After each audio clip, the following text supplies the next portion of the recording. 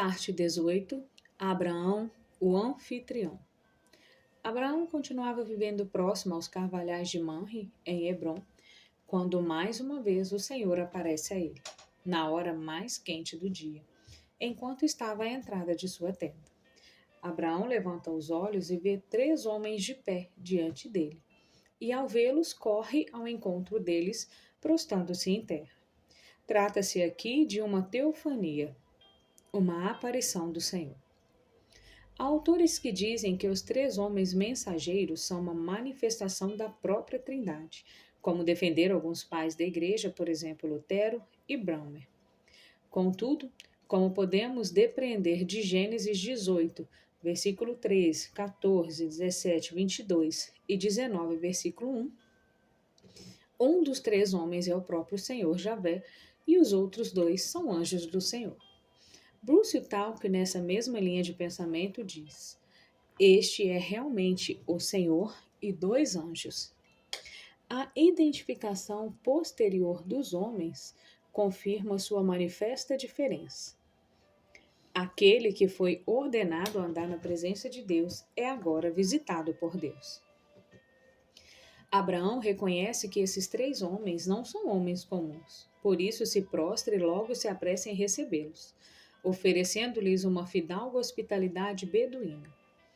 A hospitalidade é parte importante da vida cristã, tanto que ser hospitaleiro tornou-se um requisito para os líderes da igreja.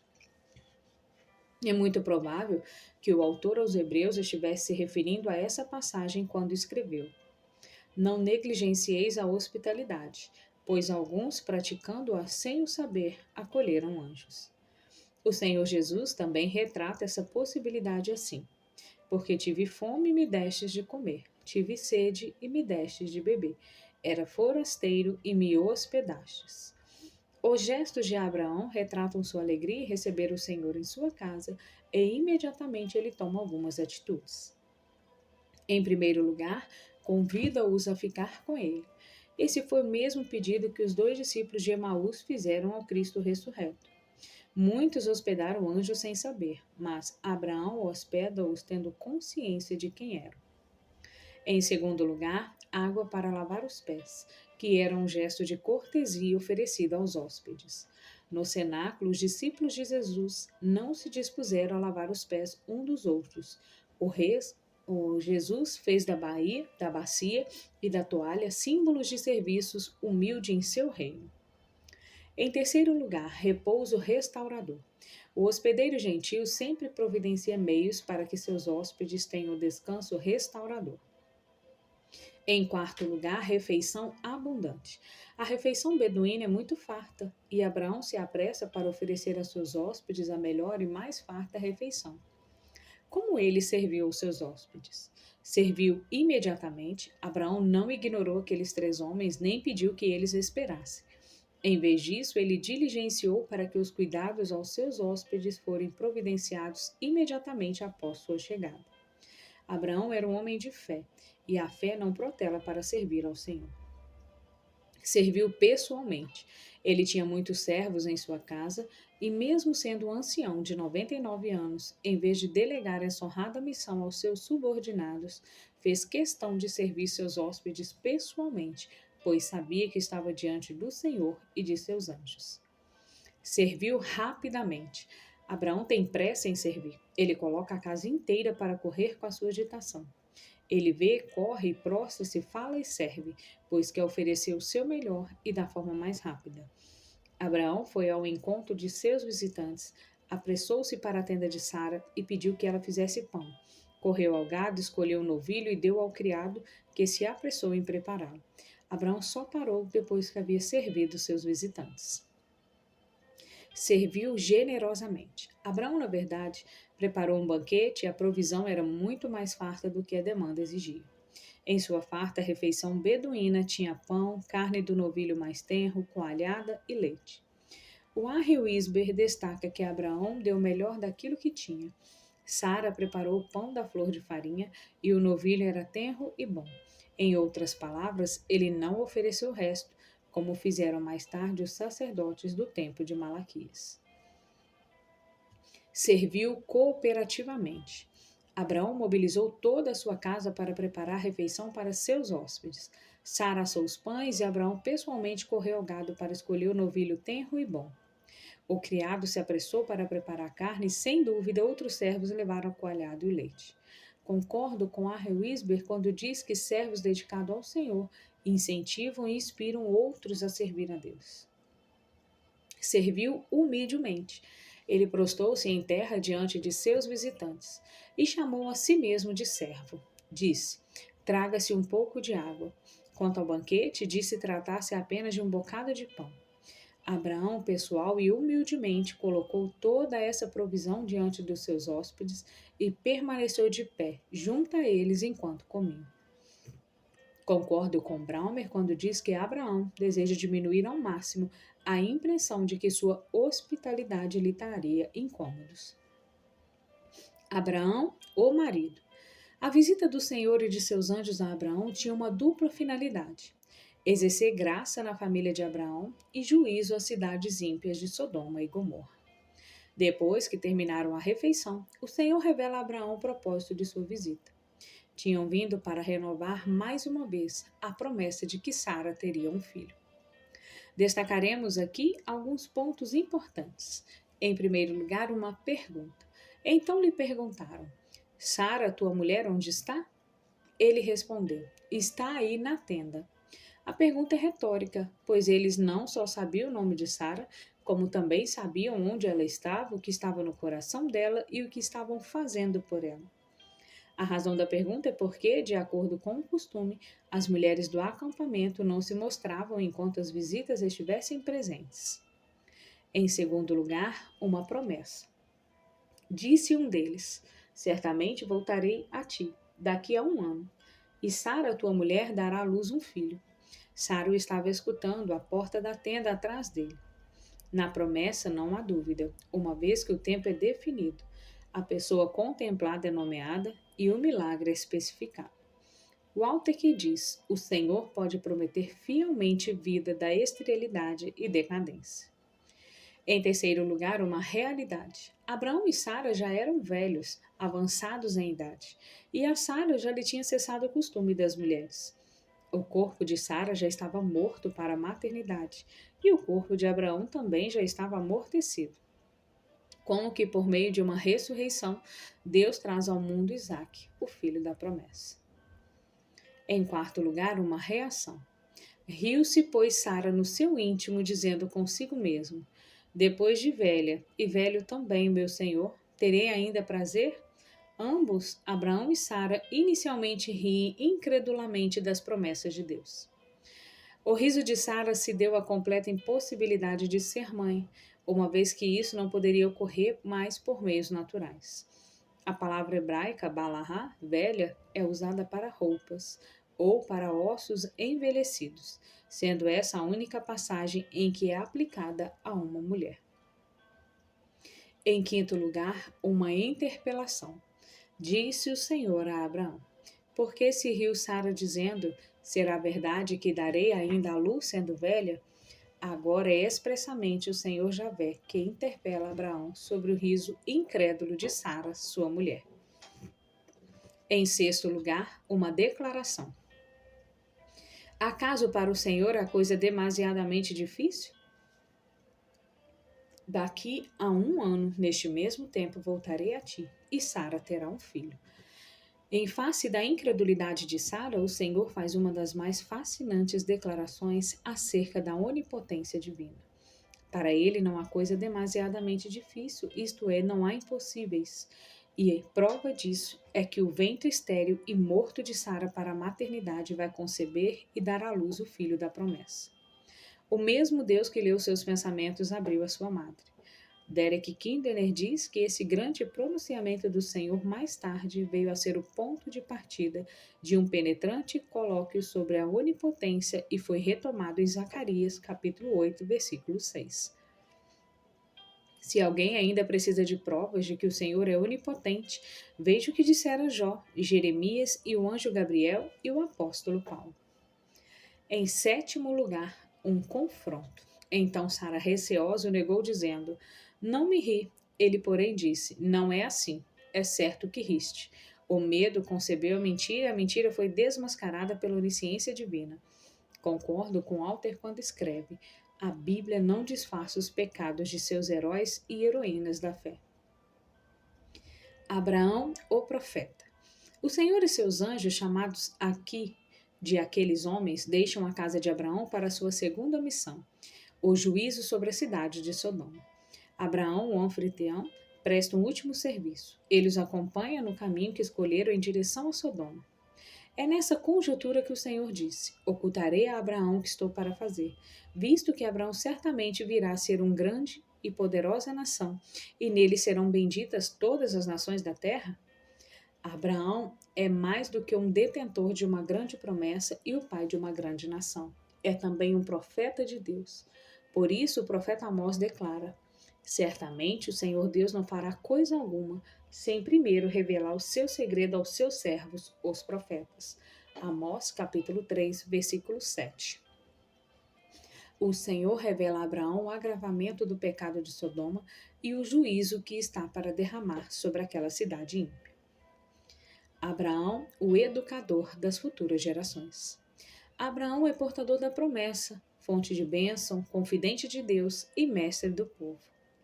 Deus o escolheu para que ele instruísse seus descendentes. Walter diz que não há registro de uma escola em Israel antes do período intertestamentário, o que significa que as famílias eram fonte de toda a educação. Deus tem um propósito para cada indivíduo na história. O propósito de Noé foi construir uma arca, livrar sua família da destruição do dilúvio e, por meio de seus filhos, povoar novamente a terra.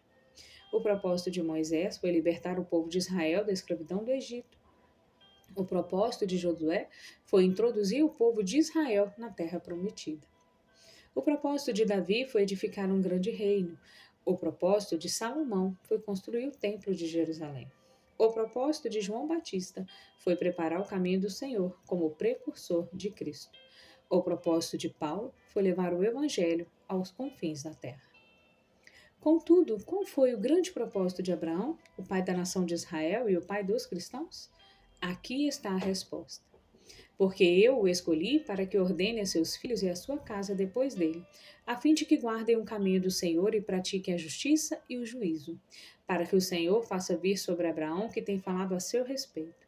Quando Isaque nasceu, Abraão tinha 100 anos. Quando Isaque casou, Abraão tinha 140 anos. Quando os netos de Abraão, Esaú e Jacó, nasceram, ele tinha 160 anos.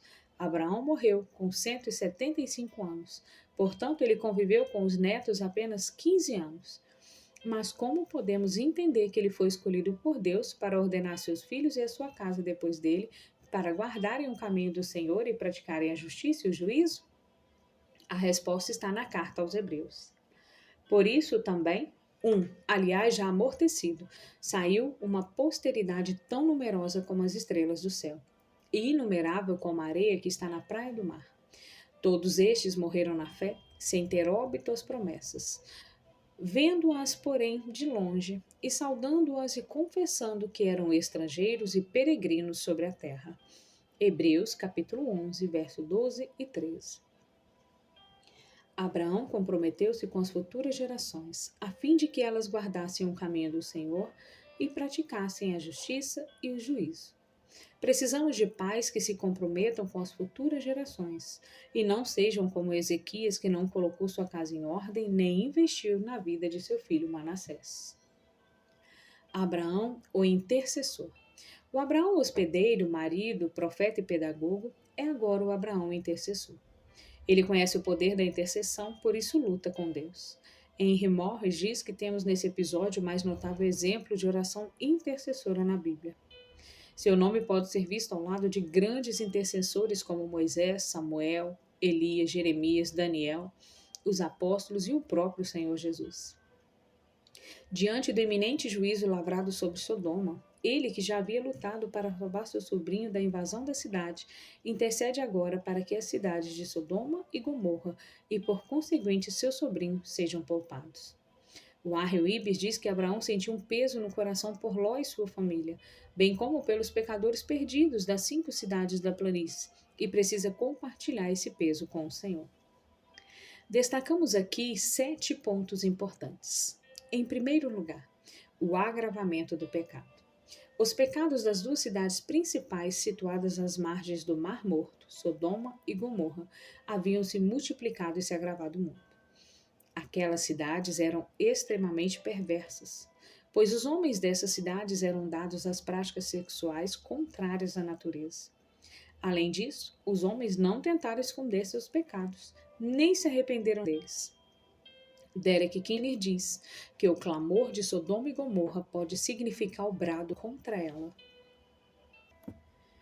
ou simplesmente o mal gritante do lugar. Essa palavra é um termo técnico da linguagem judicial que designa o pedido de socorro emitido por alguém cujos direitos estão sendo violentamente desrespeitados. Deus então ouve o grito dos violentados e interfere como juiz. Em segundo lugar, a investigação realizada. A interferência começa com uma investigação, um inquérito judicial, a respeito da veracidade das queixas. Deus, como reto juiz, não pune o inocente nem inocente o culpado. Os pecados de Sodoma e Gomorra são averiguados e constatados. Walter, que nesta linha de pensamento diz que a expressão descerei e verei é a forma figurada de um narrador dizer que Deus investiga sempre e plenamente o crime antes de lavrar a sentença. Nas palavras de Livingston, Deus não executa julgamentos baseados em rumores. Em terceiro lugar, o intercessor permanece na presença do Senhor. A ação dos hóspedes de Abraão começa e termina com esperança e vida para Abraão e Sara, e juízo e morte para o povo de Sodoma e Gomorra. Enquanto os dois anjos saem da casa de Abraão rumo a Sodoma, o patriarca permanece na presença do Senhor, pois tem uma causa a defender e uma súplica a fazer. Para isso, ele precisa se agarrar ao Senhor. Em quarto lugar, o intercessor apela para o caráter justo de Deus. Abraão compreende que Deus não pode negar a si mesmo nem agir contra seus próprios atributos. E por ser justo, Deus não pode condenar o justo com o ímpio, como se o justo fosse igual ao ímpio. Em outras palavras, sua intercessão está baseada na justiça de Deus. Walter diz que Abraão propõe que o futuro de todos sejam determinados não pelos perversos no seio da comunidade, mas pelos justos. Em quinto lugar, o intercessor insiste com Deus. Abraão apresenta 6 pedidos a Deus. Começou pedindo que se houvesse 50 justos na cidade, o Senhor pouparia a cidade. Depois baixou o número para 45 e em seguida para 40. Insistiu com 30, com 20 e por fim com 10, o menor número para designar um grupo. A petição de Abraão encontra seu limite natural no número 10, então ele para de pedir. Vale ressaltar que, diante das insistentes petições de Abraão, o Senhor responde favoravelmente a todas. Braumer diz com razão que as orações de Abraão não ficam sem resposta. Pelo contrário, Deus responde a cada um dos 6 pedidos de Abraão, levando-nos a crer que essa condescência de Deus é a base de todas as respostas às nossas orações. Em sexto lugar, o intercessor demonstra ousadia e humildade. Abraão é ousado ao atrever-se em falar insistentemente com Deus, mas ao mesmo tempo reconhece que é pó e cinza. Como diz Braumer, Abraão não exige nada de Deus. Seus pedidos são submissos, apresentados a Deus com um coração muito dolorido. Por isso pede várias vezes: não se ire o Senhor. Em sétimo lugar, o intercessor se rende ao propósito soberano de Deus. Abraão cessa de falar. O Senhor se retira e ele volta para o seu lugar. As cidades iníquas tinham ido longe demais para serem poupadas. E ali não se viu qualquer sinal de arrependimento. Portanto, juízo tornar-se inevitável. O A.R. Wisber diz que a destruição repentina de Sodoma e Gomorra é usada nas Escrituras como exemplo do julgamento justo de Deus sobre os pecadores, e Jesus a usou como advertência ao povo no fim dos tempos. Capítulo 22. Ló, um crente a reboque. Capítulo Gênesis 19, versículo do 1 a 38. Ló, filho de Arã, sobrinho de Abraão, mais do que um personagem histórico, é um emblema, um símbolo de crente a reboque, que enquanto viveu à sombra do tio, caminhou em segurança. Ló acompanha Abraão desde Ur dos Caldeus e aonde Abraão vai, Ló vai atrás. Abraão andava com Deus e Ló vivia à sombra de Abraão, seguindo a sombra de Abraão. Abraão levanta altares a Deus e Ló nunca levantou um altar a Deus. Aliás, Ló armava suas tendas para as bandas de Sodoma. Você vê o veleiro com as velas enfunadas? Vê a canoa presa a ele? Ele não faz esforço. Simplesmente deixa-se puxar, sem lutar contra as forças das ondas. Segue no rastro de seu trator. Por pouco não se gloria de avançar tão bem quanto o outro. O primeiro barco me faz pensar em Abraão e o segundo em Ló.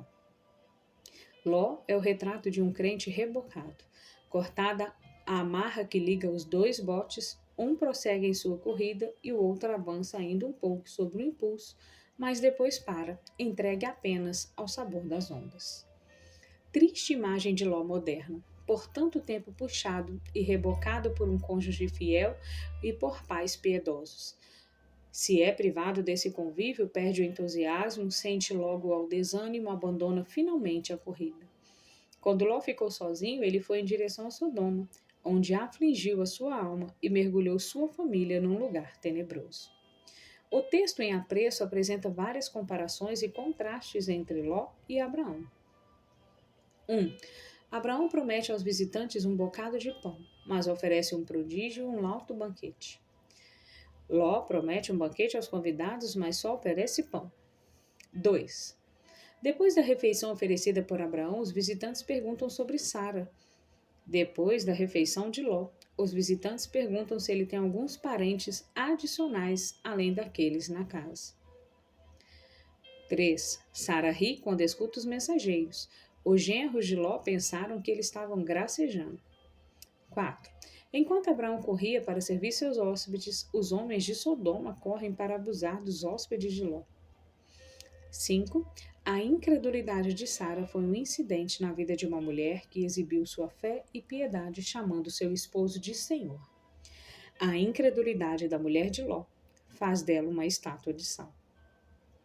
6. Abraão é aprovado como anfitrião, marido, profeta, educador e intercessor. Ló falha como anfitrião, cidadão, esposo e pai. Vamos examinar a passagem apresentada observando 7 aspectos da vida de Ló. Ló, cidadão de Sodoma. Ló amou Sodoma antes de armar sua tenda para as bandas daquela cidade iníqua. E ele não somente cobiçou a cidade, como também levou sua família para Sodoma e passou a morar nela. Deixou de ser um peregrino para se estabelecer na cidade do pecado. Tornou-se um cidadão de Sodoma, pois, como um juiz da cidade, estava à sua porta, onde os assuntos eram tratados. Walter que diz que o portão era o símbolo físico de autoridade e poder coletivos, e a presença de Ló aqui sugere que politicamente ele havia se tornado um dos sodomitas, e se não, um líder entre eles. Mesmo sendo sequestrado pelos reis do norte e resgatado pelo tio Abraão, retornou para a cidade que não tinha limites em seu assolamento no pecado. Ló vai criando raízes em Sodoma, tanto que agora já faz parte da estrutura da cidade, sendo inclusive juiz da cidade. Suas filhas namoram com jovens da cidade, sua mulher ama as riquezas e o pecado da cidade. Em suma, o coração da família de Ló está em Sodoma. Ló torna-se juiz da cidade, mas não a influencia. A despeito de não apreciar os seus costumes, Derek Kidney diz que seu fracasso público deve ser contrastado com a carreira de José e Daniel, cujo alto cargo foi uma vocação. Poderíamos pensar que bênção, Ló está prosperando. Ele tem projeção na cidade e exerce uma função de prestígio, mas não influencia, não testemunha, não faz a diferença. O clamor da cidade aumenta, o pecado da cidade cresce, mas Ló não ora, não intercede, não testemunha. Pelo contrário, ele se mistura, pois está anestesiado espiritualmente e não se apercebe de que o juízo de Deus está prestes a cair sobre a cidade. Em resumo, ele é um crente acomodado, dormindo o sono da morte entre os mortos espirituais. Ló, anfitrião dos mensageiros do juízo. Os 2 anjos do Senhor, em figura humana, entraram na cidade de Sodoma ao anoitecer. Quando Ló os viu, levantou-se da porta da cidade, foi ao encontro deles e prostou-se com o rosto em terra, pois tinha uma percepção de que não eram homens comuns. Ló convidou-os para passar a noite em sua casa, mas os anjos não aceitaram a sua hospedagem, afirmando que passariam a noite na praça. Depois que Ló instou muito com eles, entraram em sua casa e Ló ofereceu-lhes um banquete com pães asmos. Alguns estudiosos defenderam que Ló acolheu-os porque sabia da depravação dos homens da cidade e já antevia o que poderia acontecer se aqueles dois estranhos passassem a noite na praça. Embora o texto afirme que Ló deu a eles um banquete, fica evidente que ficou longe da mesa beduína farta que Abraão ofereceu aos seus convidados em Manre.